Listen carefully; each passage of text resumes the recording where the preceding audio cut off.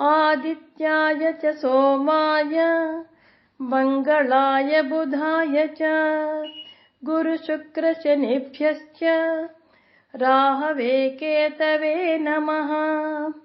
जपाकुसुमसङ्काशम् काश्यपेयं महाद्युतिम् तमोरिं सर्वपापघ्नम् प्रणतोऽस्मि दिवाकरम्।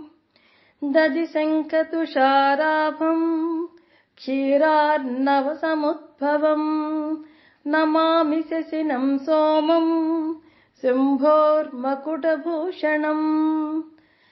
धरणीगर्भसम्भूतम् विद्युत्कान्तिसमप्रभम् कुमारं शक्तिहस्तं तं मङ्गलं प्रणमाम्यहम्। प्रियङ्गुकलिकाश्यामं रूपेण प्रतिमं बुधम् सौम्यं सौम्यगुणोपेतं तं बुधं प्रणमाम्यहम्। देवानां च ऋषीणां च गुरुकाञ्चनसन्निभम् बुद्धिमन्तं त्रिलोकेशं तं नमामि बृहस्पतिम्। हिमकुन्दमृणालाभम् दैत्यानां परमं गुरुम् सर्वशास्त्रप्रवक्तारम् भार्गवं प्रणमाम्यहम्।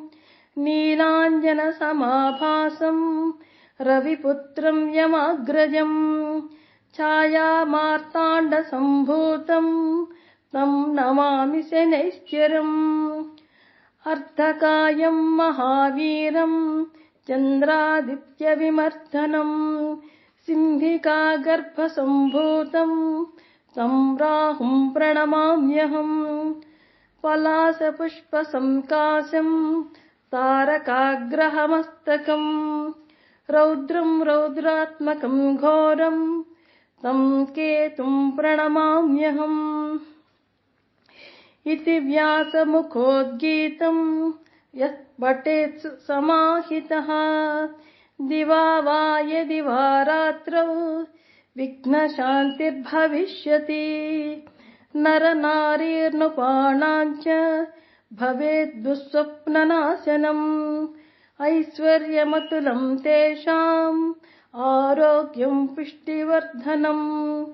ग्रहनक्षत्रजापीडास्तस्कराग्नि समुद्भवाः ता सर्वाः प्रशमं यान्ति व्यासो ब्रूते न संशयः।